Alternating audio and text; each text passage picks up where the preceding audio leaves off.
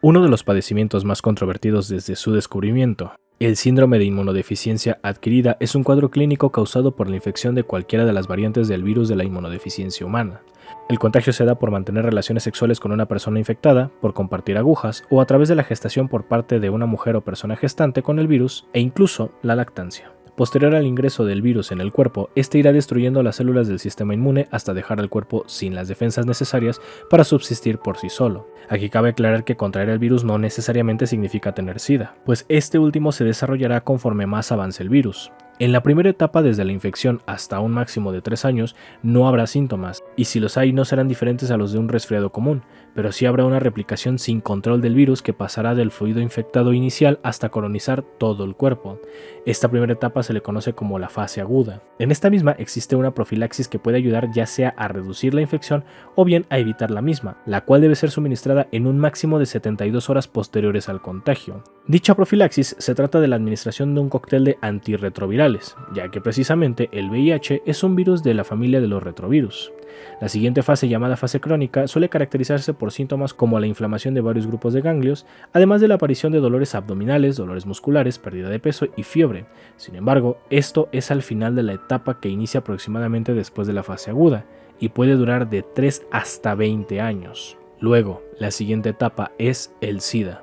Si bien recuerdas, en varios casos hemos hablado de las bacterias y virus que existen en forma normal en el cuerpo, como la E. coli, la neumonía o la tuberculosis. Bien, para esta fase de la infección, los niveles de células autoinmunes en el cuerpo son tan bajos que cualquiera de estas enfermedades tiene vía libre no solamente a poblar el cuerpo, sino a complicarse de forma muy fácil, haciendo que un simple resfriado pueda ser mortal o por lo menos destruya uno que otro órgano. Eso sin mencionar que las probabilidades de padecer cáncer se disparan hasta el cielo. A estas alturas, el paciente o persona infectada tendrá un máximo de 3 años de vida si no se le ha administrado un tratamiento adecuado. El saberse contagiado por SIDA durante los años 80 o 90 era una sentencia directa de muerte, pero hoy en día la medicina ha avanzado de tal forma que es posible mejorar considerablemente la salud de una persona contagiada con VIH con un tratamiento médico. Las hernias son pequeños sacos o partes de órganos que se salen por aberturas musculares o de otros órganos causando dolores internos. Las hay en las zonas de la columna vertebral o el abdomen. Usualmente aparecen por esfuerzos físicos considerables. Los síntomas dependen del tipo de hernia en cuestión y el tratamiento puede ser fisioterapéutico o con medicación y cirugía. La poliomielitis, o también conocida comúnmente como polio, es una infección de poliovirus, el cual se encuentra en agua y alimentos contaminados y en heces fecales. Este virus puede ingresar por la boca ya sea al ingerir alimentos o no lavarse las manos de forma adecuada. Luego comenzará a poblar la médula ósea y el tallo cerebral, afectando principalmente los nervios encargados del movimiento, generando así movimientos involuntarios, parálisis de los miembros, gesticulaciones involuntarias, fiebre, cansancio y en etapas avanzadas problemas para respirar, tragar y después la muerte. La polio es más común en niños y personas con sistemas inmunes debilitados y sus estragos son permanentes. La mejor prevención, además de coser, purificar y desinfectar alimentos y lavarse las manos, es la vacunación. Aquí debemos hacer un paréntesis, ya que es muy importante que todas las personas en una comunidad se vacunen contra la polio, ya que la versión oral de la vacuna, es decir, la que nos inyecta, disemina un virus inactivo que al entrar a cuerpos en comunidades no vacunadas puede generar mutaciones en el mismo, el cual puede reactivarse dañando exactamente a las personas no vacunadas. A grandes rasgos, una inmunidad de rebaño local de esta infección es muy complicada de conseguir, por lo que los no vacunados serían los primeros en estar en riesgo. Hablar de infartos en muchos casos podría hacernos pensar inmediatamente en un infarto del corazón, sin embargo existen más órganos que pueden padecerlo, como el cerebro o los pulmones. Como tal, un infarto es una interrupción del flujo sanguíneo de un órgano y por lo tanto también la interrupción en el suministro de oxígeno. Esto podría ser consecuencia de una placa ateromatosa, un émbolo o un trombo, que interrumpe el flujo sanguíneo atorándose, en el caso del corazón en una arteria importante, en el caso del cerebro en cualquier vía de flujo sanguíneo, al igual que en los pulmones, los riñones y los intestinos. Cada órgano presentará sus síntomas, siendo el corazón un dolor reflejo en el brazo izquierdo, rigidez y o dolor en cuello, espalda y pecho, fatiga, mareos, ansiedad y ritmo cardíaco anormal. El tratamiento se debe administrar en calidad de urgencia, estando contemplada la desfibrilación, oxigenoterapia, anticoagulantes en caso de un trombo y cirugías de remoción de la obstrucción. En el caso del cerebro, los síntomas serán dificultad para hablar, entumecimiento de una mitad del cuerpo, caída o entumecimiento de un lado de la cara. Dificultad para entender las cosas también suele estar presente. Al igual que el corazón, el infarto cerebral es una urgencia que debe ser tratada con cirugías y medicación, así como rehabilitación preventiva de emergencia, ya que al no tener el cerebro ningún depósito de glucosa y oxígeno y dependiendo directamente de lo que existe en el torrente sanguíneo, la privación de nutrientes aún en cortos periodos de tiempo puede dañar facultades mentales y las funciones del cuerpo. El infarto a los pulmones puede provocar falta de aire, dolor en pecho, mareos y en algunas ocasiones tos con sangre y otros fluidos. Usualmente lo provoca un trombo que viene de una de las piernas y también debe ser tratada de urgencia. Creo que no está de más mencionar que el tiempo es vital a la hora de atender infartos, ya que es la diferencia entre la vida y la muerte. Así como hay infartos de estos órganos, los hay de muchos otros. Las embolias son obstrucciones del torrente sanguíneo en ciertos órganos o zonas anatómicas que pueden o no causar un infarto. Se trata de coágulos de sangre, placas de grasa o burbujas de aire que pueden privar de flujo sanguíneo a diversas áreas del cuerpo. Si no causa un infarto, al menos causará que el tejido en cuestión empiece a morir por falta de oxígeno y sangre, causando necrosis. Los síntomas dependen de dónde se presenta el émbolo y el tratamiento consiste en remover, deshacer o absorber el mismo. La osteoporosis debe su nombre al aspecto de los huesos en esta afección, la cual se caracteriza por ser una insuficiencia para reemplazar el tejido óseo al mismo ritmo que se pierde. Las causas son la edad, el sexo y la raza, por lo que las mujeres postmenopáusicas, mayores de 40 años y blancas o asiáticas están más predispuestas a este padecimiento. En fases tempranas no hay síntomas, pero en algunas más avanzadas habrá dolores intensos, debilidad y posturas que eviten el dolor, así como una marcada facilidad de fracturarse los huesos, incluso si las personas en cuestión hacen algo tan simple como estornudar. El tratamiento consiste en el cambio de dieta con más nutrientes, administración de calcio y vitamina D, así como ejercicio y actividades con luz solar moderada. El síndrome de Down es el primer trastorno en este iceberg que inaugurará el paso de los síndromes cromosómicos. En contexto, los seres humanos regularmente tenemos en los núcleos de las células información genética que da instrucciones a las mismas de cómo hacer sus funciones. Estos cromosomas están agrupados en pares, dando un total de 23 pares, es decir, 46 cromosomas. Sin embargo, durante el desarrollo embrionario pueden existir defectos de la división celular provocando que haya cromosomas adicionales o faltantes. Justamente el síndrome de Down es lo que se denomina como trisomía, es decir, un cromosoma adicional específicamente en el par 21. Cabe mencionar que, como veremos más adelante, hay trisomias que son incompatibles con la vida o algunas que causarán cambios radicales en el individuo. En el síndrome de Down podemos observar una serie de características visibles en el rostro, además de un ligero a moderado retraso en el aprendizaje. En algunas ocasiones habrá incapacidad intelectual y problemas con la motricidad. No existe una, entre comillas, cura para la condición. Mi mención, entre comillas, viene a colación debido a los movimientos en pro de la inclusión de personas con diversas discapacidades intelectuales que mencionan que realmente no hay algo que curar. Por otro lado, se pueden tratar las complicaciones de la condición como los problemas cardíacos, de tiroides y las dificultades en el aprendizaje con terapias, cirugías y otros tratamientos. El Alzheimer es una enfermedad que se caracteriza por una progresiva pérdida de la memoria. El padecimiento de origen genético ambiental provoca un mal funcionamiento de las proteínas en el cerebro, lo cual hace que las neuronas mueran o pierdan sus conexiones progresivamente, dando paso a olvidos iniciales como el nombre de las cosas o detalles específicos de acontecimientos recientes, hasta los olvidos de la identidad, la de los demás, la incapacidad para verbalizar el cómo se siente una persona, cómo se siente uno mismo, si es que le duele algo o si tiene síntomas de alguna otra enfermedad.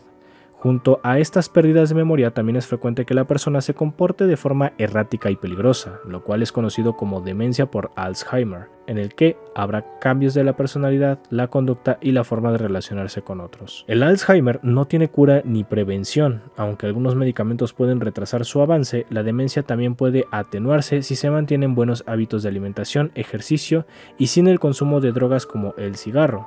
Todo esto incluso cuando se es joven, ya que el Alzheimer se presenta después de los 45 años en más de un 99% de los casos. Por lo general, la causa de muerte de las personas con Alzheimer es la pérdida de alguna función vital, una infección por algún virus, bacteria, parásito u hongo, o por pérdida de nutrientes. Zika es una enfermedad causada por el virus Zika, transmitido a los humanos a través de los mosquitos. Antes del 2015 era una enfermedad regional de África y algunas partes de Asia. Sin embargo, en el año 2014 se comenzaron a presentar casos en las islas polinesias y posteriormente en Norte, Centro, Sudamérica y el Caribe. La Biblioteca Nacional de Medicina de Estados Unidos indica que el Zika se puede contagiar entre humanos a través de las relaciones sexuales y los síntomas de la enfermedad incluyen fiebre, dolor articular, ojos rojos, erupción cutánea, dolor muscular y de cabeza, y el Zika no tiene cura, pero suele desaparecer después de una semana luego de empezados los síntomas. Tomar abundantes líquidos y descansar ayudan a la recuperación. Sin embargo, debido a su parecido con la fiebre amarilla y el dengue, se recomienda solo tomar paracetamol para controlar la fiebre y el dolor, ya que otros antiinflamatorios no esteroideos como el ácido acetilsalicílico, conocido comercialmente como aspirina, el ibuprofeno o naproxeno, pueden causar sangrados en personas con dengue. La disfunción eréctil se puede definir como la incapacidad de tener o mantener una erección. Sus causas pueden ser físicas, como el padecimiento de una enfermedad que provoque la disfunción como síntoma, como lo pueden ser enfermedades cardíacas, de vasos sanguíneos obstruidos, colesterol alto, presión arterial alta, diabetes, obesidad, síndrome metabólico, enfermedad de Parkinson, esclerosis múltiple, medicamentos de venta con receta médica, consumo de tabaco, enfermedad de Peyronie, abuso de alcohol y otras sustancias, trastornos del sueño, tratamientos contra el cáncer de próstata o agrandamiento de la próstata, cirugías o lesiones que afectan la zona pélvica o la médula espinal y testosterona baja. De igual forma, causas psicológicas pueden contribuir a esto como el estrés, ansiedad, depresión o un complejo de ideas persistentes o aprendizajes desadaptativos, situaciones como problemas en la pareja y hasta problemas económicos que preocupan a sobremanera a la persona. El tratamiento se basará en tratar la enfermedad primaria, suministrar medicamentos hormonales, cambio de hábitos, ya que la obesidad y el tabaquismo afectan el rendimiento sexual. Adicional, la terapia psicológica individual o de pareja suele ser una opción cuando no hay enfermedades físicas que curar, o bien como refuerzo en el tratamiento para aumentar la confianza, lidiar con el estrés, y en ciertos casos, terapeutas especializados en sexología también pueden aportar bastante a la mejora de esta condición. La mononucleosis es una enfermedad causada por el virus de Epstein-Barr, el cual se encuentra en grandes concentraciones en la saliva, siendo su contagio el compartir bebidas o alimentos, o el contacto boca a boca, lo cual le ha dado el sobrenombre de enfermedad del beso. A diferencia de otros virus, la población predilecta de este son adolescentes y adultos jóvenes, aunque eso no impide que personas de otras edades también puedan contagiarse. Los síntomas son fiebre, dolor de garganta, fatiga extrema y nódulos linfáticos inflamados. El tratamiento consiste en ayudar al cuerpo a sobrellevar los síntomas con antipiréticos, analgésicos y antiinflamatorios. La enfermedad tardará en sanarse de 2 a 4 semanas y aún después de ello generará cansancio persistente durante algunos meses. La enfermedad de Lyme, que no debe confundirse con el síndrome de Lima que abordamos en el iceberg de los trastornos mentales y que también es conocida como borreliosis, es una infección bacteriana causada por la mordida de una garrapata, la cual administra al cuerpo la bacteria Borrelia burgdorferi. Los síntomas son fiebre, sarpullido, dolor de cabeza y fatiga. Sin embargo, si la enfermedad no es tratada adecuadamente, puede provocar problemas en articulaciones, corazón y sistema nervioso. Usualmente son las garrapatas de los ciervos los que causan esta enfermedad, las cuales están más activas en temporadas de calor, pero estas mismas, debido al calentamiento global, se les ha visto en actividad aún en meses de frío. El tratamiento consiste en la administración de antibióticos. Los virus del herpes son un grupo de patógenos que, dependiendo de su tipo, causarán una serie de síntomas distintos. El primer tipo causa llagas en la boca y, debido a que es altamente contagioso, se estima que más de un 90% de la población lo tiene en el cuerpo, siendo que una baja de las defensas del cuerpo hace que se muestren estos síntomas. El virus no se va del cuerpo y las llagas suelen desaparecer después de una semana. No hay un tratamiento para estas, pero ungüentos bucales analgésicos ayudan a hacer menos molesta la situación. El segundo tipo es el herpes genital, el cual se transmite por contacto sexual y provoca llagas en las regiones genitales y también en la boca. En este caso se requiere de medicación antiviral, ya que es necesario no dejar que el virus avance en el cuerpo, pues puede llegar a causar complicaciones. El tercer tipo es el virus del herpes y la varicela zóster. Hablamos en este caso del mismo virus que causa la varicela. Sin embargo, según la Clínica Mayo, la infección ocurre cuando una persona contrae la varicela, pero el virus queda inactivo, ya que al igual que los dos tipos de herpes anteriores, estos no desaparecen del cuerpo, pero se mantienen bajo control. En lo que corresponde a la varicela herpes zóster, este se reactiva años después en la forma de herpes zóster y los síntomas son, de forma inicial, llagas o erupciones en una sola parte del cuerpo, siendo particularmente dolorosas y peligrosas, pues si no se trata el virus puede provocar neuralgia postherpética, lo que podemos describir como un dolor agudo aún después de que ya no hay llagas, pues el virus está afectando o afectó los nervios, siendo incluso uno de ellos el nervio óptico, lo cual provocará ceguera y dolor, al igual que problemas neurológicos, y dado a que básicamente las erupciones son aberturas en la piel, se les da vía libre al interior del cuerpo a virus y bacterias oportunistas. Como hemos visto, los 3 tipos de virus son altamente contagiosos y una vez adquiridos no desaparecen del cuerpo. Los gemelos siameses son producto de un problema de gestación en la que un único óvulo fecundado se separa para formar 2 individuos, los cuales estarán unidos por la cabeza, el torso, el abdomen, la columna vertebral o la pelvis. Las tasas de sobrevivencia de estos dependen de muchos factores, pero es muy común que uno de los gemelos nazca sin vida o bien fallezca unos cuantos días después. Actualmente los avances en cirugía permiten la separación de algunos casos de gemelos siameses. La mujer o persona gestante podría notar que durante su embarazo, su abdomen crece más de lo usual esperado en un embarazo, y no hay forma de conocer la existencia de esta condición hasta ya avanzada la gestación a través de un ultrasonido. El síndrome de Moebius es una condición genética de causas desconocidas en la que el bebé nace con problemas en el par craneal número 6, que controla el movimiento de los ojos de forma lateral y el parpadeo, además del par craneal número 7, que controla funciones de motricidad y gesticulación de la cara y una porción de la lengua. Como venía adelantando, las causas son desconocidas, sin embargo la experimentación con animales a los cuales se les ha destruido los núcleos de los pares craneales, o mejor llamados como áreas de origen, muestran una sintomatología muy parecida a la vista en esta condición. Además de la causa genética, parece ser que la hipotensión de la madre o persona gestante está también considerada como un factor de riesgo, y aún más si se debe a un accidente automovilístico o uso clandestino de misoprostol con la finalidad de abortar al producto. Los signos se notan desde los primeros meses del recién nacido al tener problemas para succionar o tragar y no parpadear, no gesticular y presentar dificultad para la movilidad de ojos o bien tener estrabismo. El tratamiento consistirá en cirugías y alternativas de mejora de algunas de las complicaciones secundarias. A pesar de no gesticular, las personas con síndrome de Moebius suelen utilizar lenguaje corporal para expresar sus emociones y muy pocas veces el cuadro clínico presenta problemas mayores en los pares craneales antes mencionados. El rotavirus, como su nombre sugiere, es un virus que se encuentra en el ambiente y en las heces de las personas infectadas, las cuales son administradas al cuerpo al llevarse las manos a la cara o alimentarse sin haberse lavado las manos previamente. Es más común en niños y los síntomas incluyen diarrea, vómito, cansancio, fiebre, deshidratación y evacuaciones con coloraciones oscuras o completamente negras.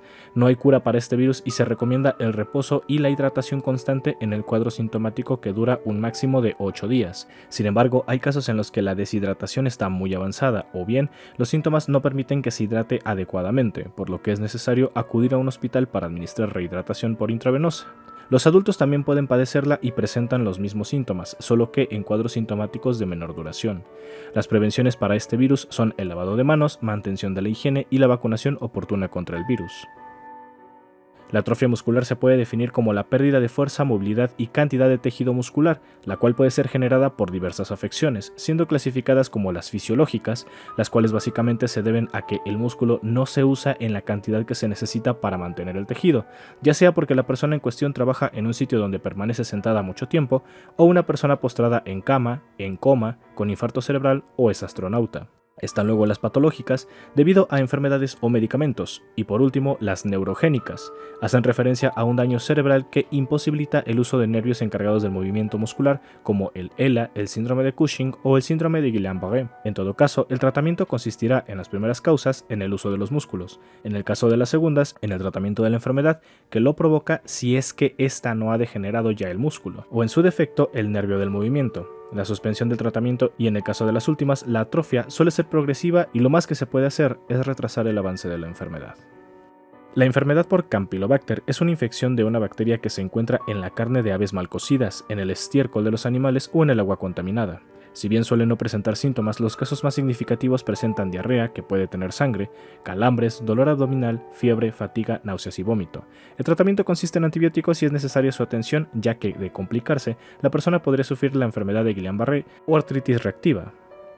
El nervio ciático es uno de los nervios más largos del cuerpo y este inerva las piernas. Sin embargo, la presión de un disco vertebral o una hernia pueden provocar dolor, el cual se caracteriza por ser persistente y muy molesto. El tratamiento de este consiste en fisioterapia y medicamentos analgésicos o de apoyo. De momento no hay cura definitiva para el dolor de ciática.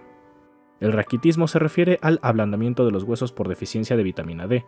Las causas son la desnutrición, la insuficiente exposición solar, las enfermedades que causan una baja de minerales, la enfermedad celíaca ya abordada, ser de raza negra y la falta de consumo de vitamina D de la madre o persona gestante durante el embarazo.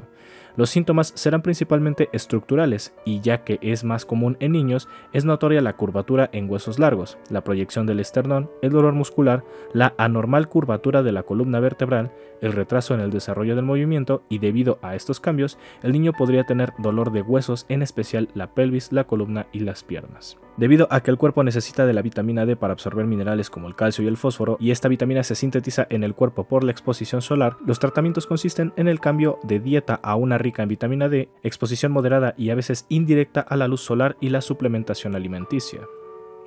El síndrome de fatiga crónica es una condición de extremo cansancio en la que la persona presentará problemas para dormir, dolor muscular o de cabeza, mareos y empeoramiento de los síntomas antes descritos después de cualquier actividad. Cabe mencionar que los síntomas no mejorarán aún después de descansar y, debido a que no hay pruebas diagnósticas para este, no se conocen las causas y el diagnóstico suele tardar demasiado, ya que el médico debe descartar otras enfermedades que presentan los mismos síntomas, incluso llegando a ser derivado al área de psiquiatría o psicología para averiguar si los mismos no son causados por somatización. No hay cura para esta condición y los síntomas suelen tratarse sistemáticamente con la finalidad de hacerlos más llevaderos para la persona, ya que es normal que en ocasiones no pueda levantarse de la cama aunque quiera. El aneurisma abdominal aórtico es una condición en la que una de las paredes de la aorta genera un, por así decirlo, saco que tiene una gran probabilidad de desgarrarse e iniciar un sangrado importante, pues al ser la aorta la arteria principal del cuerpo, la pérdida de sangre es rápida y constante. Las causas son la hipertensión, el tabaquismo, genética y la probabilidad aumentada de ser del sexo masculino, así como la edad. Los síntomas pueden ser sensación de pulso en el abdomen, rigidez del área y una protuberancia. En caso de ruptura del aneurisma, pueden ser dolor de vientre que se extiende a la espalda e ingle, palpitación del vientre, desmayos, sudor frío, mareos, frecuencia cardíaca alta y shock hipovolémico. Si se detecta a tiempo a través de una ecografía, tomografía o angiografía, el tratamiento puede ser revisado para determinar si el riesgo de una cirugía no excede el riesgo de aneurisma. De ser así, la cirugía puede consistir en el reemplazo de la zona por un injerto sintético o introducir un stent por dentro de la aorta. La ictericia es una condición en la que el hígado no puede procesar los glóbulos degradados de la sangre, lo cual genera un exceso de bilirrubina, un componente de la hemoglobina, sustancia encargada de llevar el oxígeno a todas las células. El aumento de la bilirrubina causa pigmentación amarilla en la piel y en las zonas blancas del ojo. En recién nacidos es común durante la primera semana fuera del vientre, sin embargo, si esta no se quita, se puede someter al neonato a bililuces o terapia de luces azules, en la cual se introduce al pequeño, al desnudo o con un pañal, y con los ojos cubiertos en un dispositivo que proyecta luces azules. Para esto, el pacientito será acomodado en diferentes posiciones, como si fuera un pollo rostizado o un chile en un comal. El uso de estas luces se debe a la frecuencia de la onda de luz que degrada la bilirrubina. En adultos, la ictericia es síntoma de diversas enfermedades como enfermedades de la sangre, síndromes genéticos, enfermedades del hígado, obstrucción de los conductos biliares, infecciones y sobremedicación. Para sanar la ictericia es necesario primero dar tratamiento a la enfermedad principal si es que de inicio tiene uno para empezar, y en algunos casos trasplante de órganos. Si no hay cura para la condición principal, el paciente deberá someterse a exsanguinotransfusiones, en las cuales su sangre es drenada de su cuerpo poco a poco y se reemplaza por la sangre de un donante, o en su defecto se le agrega el plasma de un donante. La fibromialgia es una condición en la que la sensación de dolor y no dolor se ven alteradas por diferentes causas, aunque no hay una respuesta aparente de cómo es que actúa la enfermedad. Los síntomas suelen ser dolor, fatiga y problemas de concentración. Además, se cree que está relacionada a otras enfermedades infecciosas, autoinmunes o fisiológicas. De igual forma, se le atribuye a eventos de estrés prolongado o exacerbado e incluso está involucrada la genética. El tratamiento consiste en medicamentos que ayuden a sobrellevar los síntomas, ya que como tal no hay cura. La gastroenteritis es una afección del estómago y los intestinos que provoca náuseas, vómito, mareo, calambres en el vientre y dolores de estómago, así como diarrea y a veces fiebre. Según la Biblioteca de Medicina de los Estados Unidos, es un error llamar gripe estomacal a la gastroenteritis, ya que si bien esta es causada en su mayoría por virus como el nanovirus o el rotavirus, ninguna de estas pertenece a la lista de virus que provocan la gripe. y las bacterias que se encuentran en alimentos contaminados suelen generar un cuadro clínico similar pero llamado intoxicación por alimentos. Los tratamientos se basan en hidratación y una dieta específica, pues básicamente la gastroenteritis se basa en la inflamación del revestimiento del estómago e intestinos y suele curarse sola. Debe cuidarse a poblaciones vulnerables como niños, ancianos, personas con sistemas inmunes limitados y mujeres embarazadas, ya que el virus sí se transmite de persona a persona, y en estos casos puede provocar complicaciones. La degeneración macular es una condición en la que las células del ojo encargadas de la visión central mueren, ya sea por la luz solar o porque debajo de la mácula crecen vasos sanguíneos que pueden gotear. Los síntomas son graduales y comienzan con visión borrosa, pero el síntoma determinante de esta condición es ver líneas rectas de forma ligeramente curvada. Los medicamentos y ciertas cirugías pueden ayudar a retrasar el avance de la enfermedad, pero no restauran la vista. El procedimiento más común es la administración de medicamento vía intraocular, es decir, los ojos del paciente son limpiados y medicados con analgésicos de tal forma que cuando se le administre la inyección sienta solo una leve presión. Es causada por afectaciones directas como la luz del sol, fumar, ya que este acto reduce la cantidad de oxígeno que recibe el ojo, tener obesidad, hipertensión, dietas basadas en alto colesterol o tener los ojos de colores claros, ya que estos tienen una capacidad de amortiguación de la luz muy reducida en comparación a los ojos de tonos oscuros. La hipermetropía es una condición en la que los objetos cercanos se ven borrosos debido a un defecto en la curvatura del ojo. Esta afección suele ser progresiva pero muy lentamente, pero a pesar de esto se puede corregir con anteojos. El impétigo es una enfermedad más común en niños, pero puede parecerla a cualquier persona a cualquier edad y es provocada por los estreptococos del grupo A y los estafilococos áureo o dorado. Usualmente genera ronchas o granos que supuran en la boca, nariz, brazos y piernas. Después de ello habrá una costra de color amarillo en las mismas. Si bien difícilmente causa complicaciones a excepción de cuando es causada por el estafilococo áureo, sí debemos decir que es sumamente contagioso, llegando a infectar a una persona que está en contacto con las secreciones de los granos. El tratamiento se basa en antibióticos. La enfermedad de Chagas es una infestación por un parásito que se encuentra en un insecto de nombre triatomino, el cual gusta de alojarse en grietas o rincones de casas de adobe, paja o barro a lo largo de toda Latinoamérica y el sur de los Estados Unidos. Cuando oscurece, el insecto sale a buscar comida, mordiendo y succionando la sangre de animales vertebrados, incluso, claro, el humano. Después de succionar la sangre, el insecto dejará sus heces contaminadas con el parásito Trypanosoma cruzi sobre la piel, el cual entrará al cuerpo a través de la misma abertura por la que el insecto se alimentó, o bien puede encontrarse en alimentos o superficies que después de ser tocadas con las manos por el humano, viajará en las mismas hasta los ojos, nariz o boca, cuando éste se las toque sin lavarse las manos. De aquí en adelante seguirá una colonización en la que el parásito entra a las células del cuerpo, las utiliza para multiplicarse hasta que literalmente revienta la célula, proyectando así miles de parásitos a otras células y áreas. Los síntomas de la enfermedad aguda son hinchazón en el sitio de la infección, fiebre, fatiga, erupción, dolores del cuerpo, hinchazón de los párpados, dolor de cabeza, pérdida del apetito, náuseas, diarrea, vómitos, ganglios inflamados, agrandamiento del hígado o vaso y signo de Romaña, el cual tienes en pantalla y que es una inflamación de la mucosa periférica del ojo.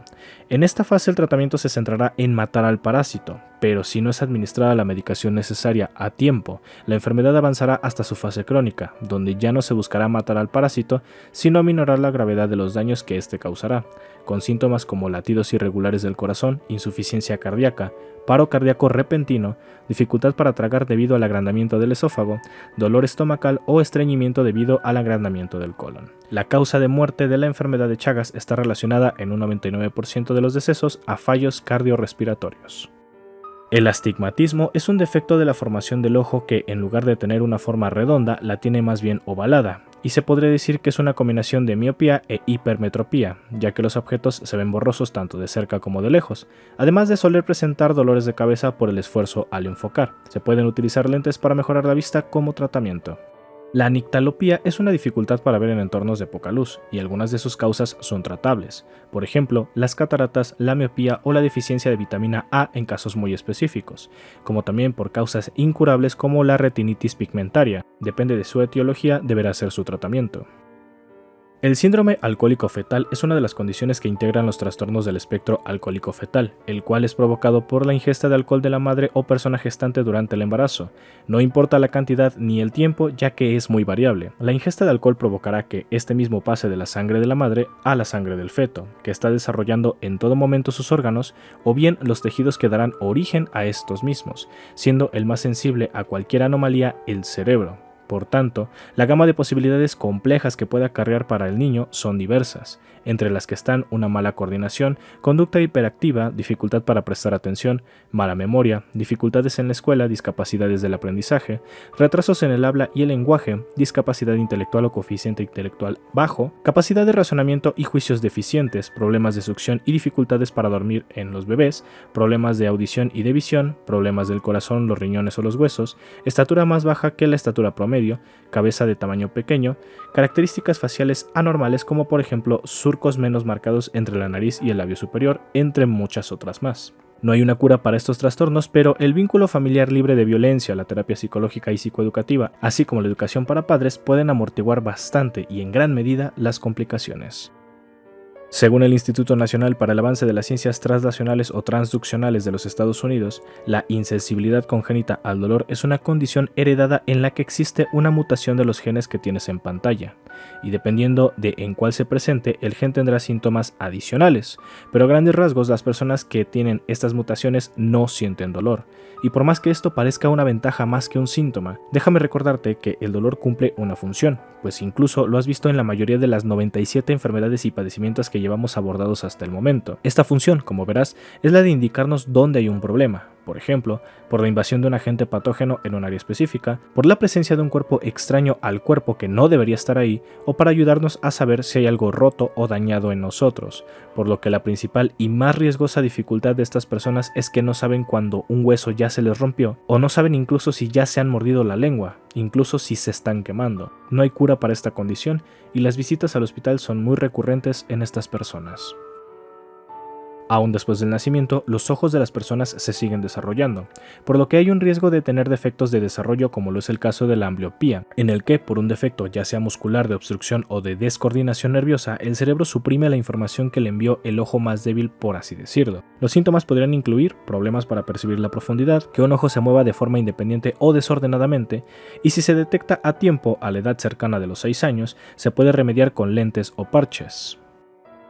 A grandes rasgos, el edema es la hinchazón por exceso de líquidos y es frecuente en piernas y brazos de personas con altas cantidades de sodio o por causas como quemaduras de sol, insuficiencia cardíaca, enfermedades de los riñones, problemas hepáticos por cirrosis, embarazo, problemas con los ganglios linfáticos, especialmente después de una mastectomía, algunas medicinas o permanecer mucho tiempo de pie o sentado cuando hace calor. Se puede disminuir el edema tratando las enfermedades o condiciones subyacentes, además de poner en alto la extremidad hinchada. Sin embargo, órganos como el pulmón también pueden hincharse cuando los sacos de aire de los pulmones se llenan de agua por diversas causas, siendo las enfermedades del corazón, el tabaquismo y la neumonía las causas más frecuentes. Causa sensación de ahogo, dolor y tos que mejora al sentarse. Puede ser potencialmente mortal y a veces incurable. Otro tipo de edema es el cerebral, teniendo diversos tipos pero generalmente causado por infecciones, traumatismos cráneoencefálicos, accidentes o eventos cerebrovasculares como la isquemia o la hemorragia, aumento del líquido cefalorraquídeo o mal funcionamiento de las neuronas. El ifema se puede definir como la presencia de sangre en el ojo, más precisamente detrás de la córnea y frente al iris. Esto ocurre por golpes o cortes en el ojo, por enfermedades como la diabetes, cáncer ocular o inflamación. El tratamiento puede consistir en reposo y gotas en casos moderados, y cirugía o remoción del órgano en los casos más severos. La principal prevención para estos, además de los hábitos para evitar las enfermedades antes mencionadas, es el uso de anteojos de seguridad tanto para el trabajo como para el deporte. El síndrome de intestino irritable es una enfermedad de origen desconocido que se presenta después de una infección bacteriana o después de episodios de estrés prolongado. No hay una cura definida, pero algunas personas se han recuperado siguiendo cuidados y medicación para tratar los síntomas, y otras no. Los síntomas son diarrea o estreñimiento, distensión abdominal, dolores constantes o cólicos y gases. Otros tratamientos, en especial cuando es causado por estrés, incluyen la terapia cognitivo-conductual, terapia de biorretroalimentación y terapia breve. La aterosclerosis es una enfermedad provocada por la obstrucción de las arterias o vasos sanguíneos por una masa de colesterol, grasa u otras sustancias, comúnmente llamada placa. No existen síntomas hasta que la placa ya tapó o limitó una región importante, por lo tanto, podría haber dolores, problemas en el corazón, el cerebro, hormigueo en las extremidades o demás afecciones relacionadas a dónde se encuentra la placa. Por otro lado, si bien la misma puede estrechar los vasos sanguíneos, esto ya es un factor de riesgo para generar trombos. Está causada por colesterol alto, obesidad, tabaquismo, niveles de grasa altos en sangre y resistencia a la insulina. Los tratamientos son variados, pero los principales son dieta, ejercicio, anticoagulantes, estatinas y cirugía. El síndrome de choque tóxico es una afección potencialmente mortal causada por las toxinas que genera el estafilococo áureo y los estreptococos del grupo A.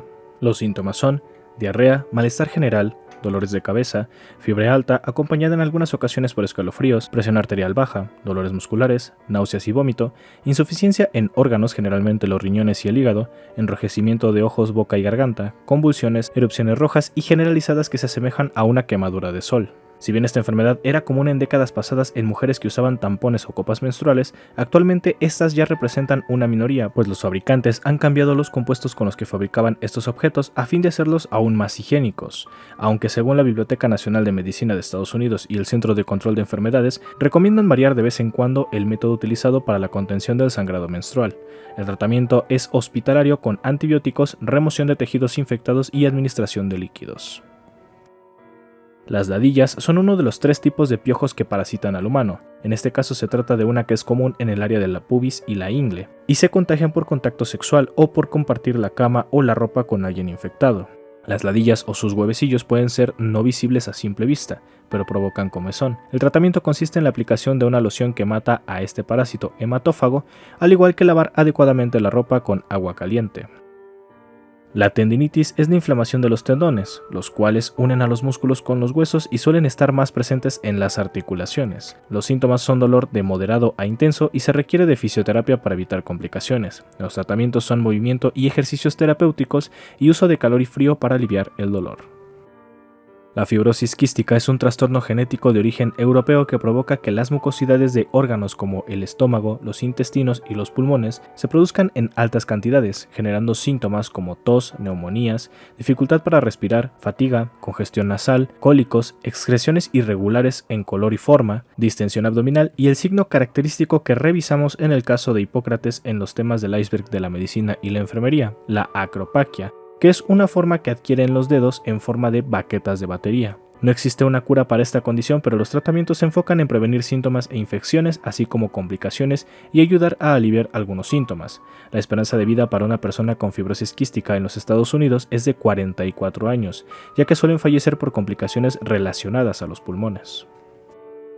Como habíamos mencionado anteriormente, el ojo es un área denominada como zona inmunoprivilegiada, es decir, tiene sus propios sistemas de defensa, ya que en caso de que el sistema inmune detecte algo irregular en el ojo, como respuesta normal causaría hinchazón, lo cual básicamente destruye el órgano y puede dejarlo inservible. La escleritis es precisamente eso, un problema del sistema inmune en el que la esclerótica se hincha y está asociada tanto a infecciones como a enfermedades autoinmunes como el lupus o la artritis reumatoide. El tratamiento consiste en inmunosupresores y tratamientos de apoyo para el ojo. Aunque inicialmente debe atacarse o regularse la enfermedad principal, los síntomas son enrojecimiento del área blanca del ojo, sensibilidad dolorosa a la luz, visión borrosa y lagrimeo.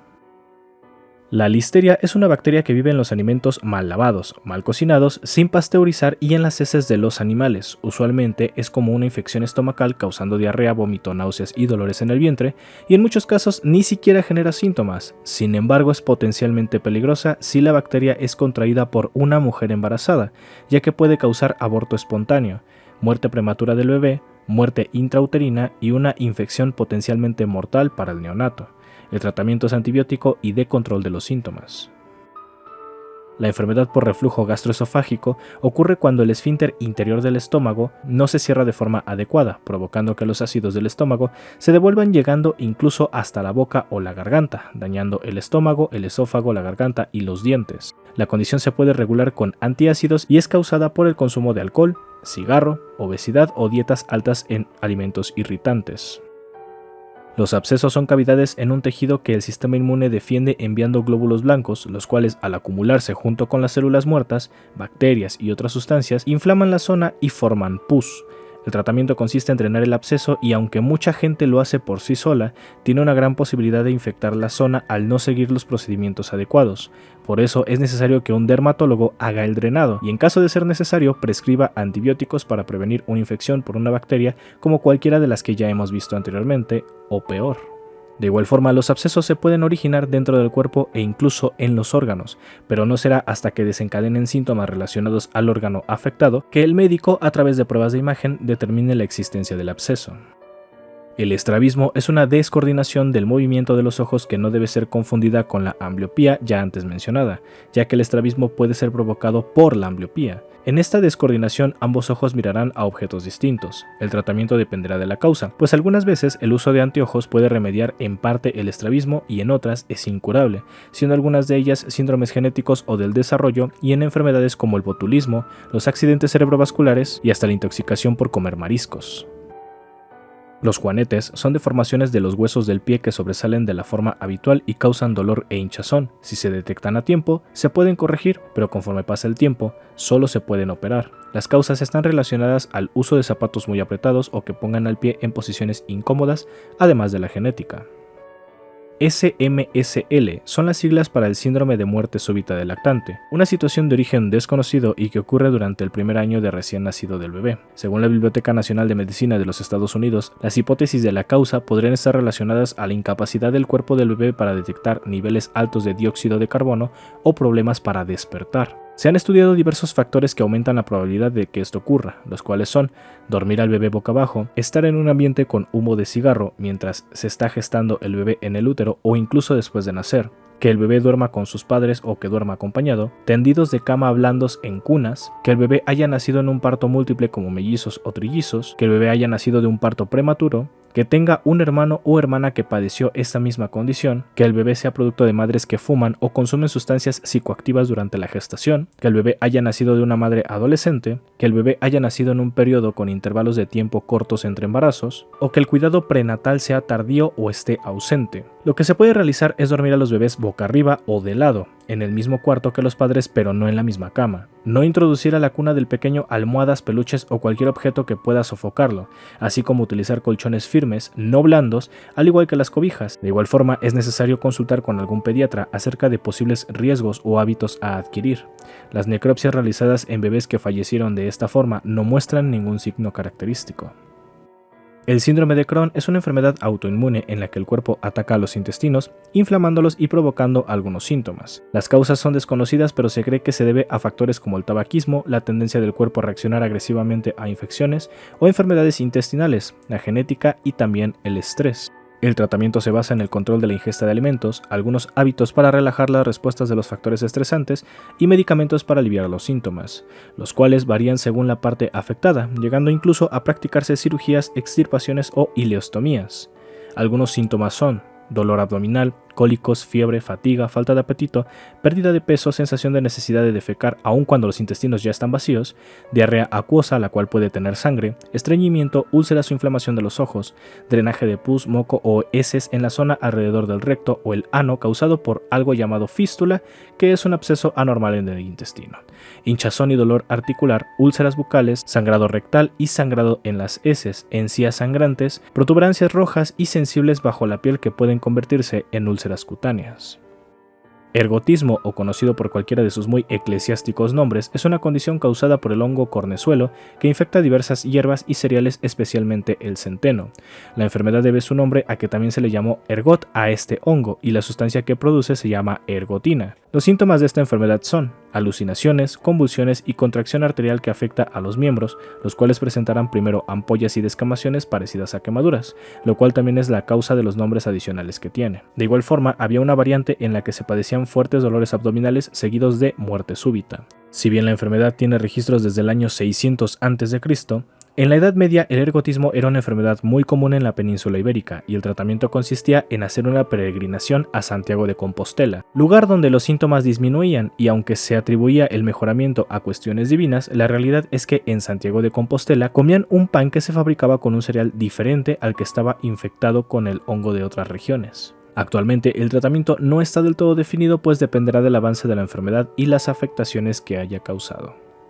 La asbestosis es una enfermedad causada por el asbesto o amianto, el cual es un compuesto mineral cuyas partículas vuelan por el aire alojándose en los pulmones e irritándolos. En respuesta, los pulmones harán cicatrices o se engrosarán progresivamente hasta que dificulten la respiración. El problema con la asbestosis es que no presenta síntomas hasta 10 o 40 años después de la exposición a este, y antes de los años 70 se desconocía su riesgo, por lo que se usaba en un sinfín de productos. Los síntomas son tos, dolor pulmonar, sentimiento de presión en el pecho y dificultad para respirar. Si la persona en cuestión era o es fumadora, los síntomas se comportan 5 veces más agresivos. El síndrome de irradiación aguda es una condición adquirida por la exposición a la radiación. Tal vez los casos más simples que tenemos para darnos una idea son algunos ya vistos en este canal, como el accidente de Chernobyl del top de ciudades abandonadas o el caso del hombre tóxico del iceberg de Japón. La radiación daña las células del cuerpo y la gravedad y síntomas dependen de si la exposición a la misma fue muy fuerte, muy prolongada o si ésta llegó a órganos internos.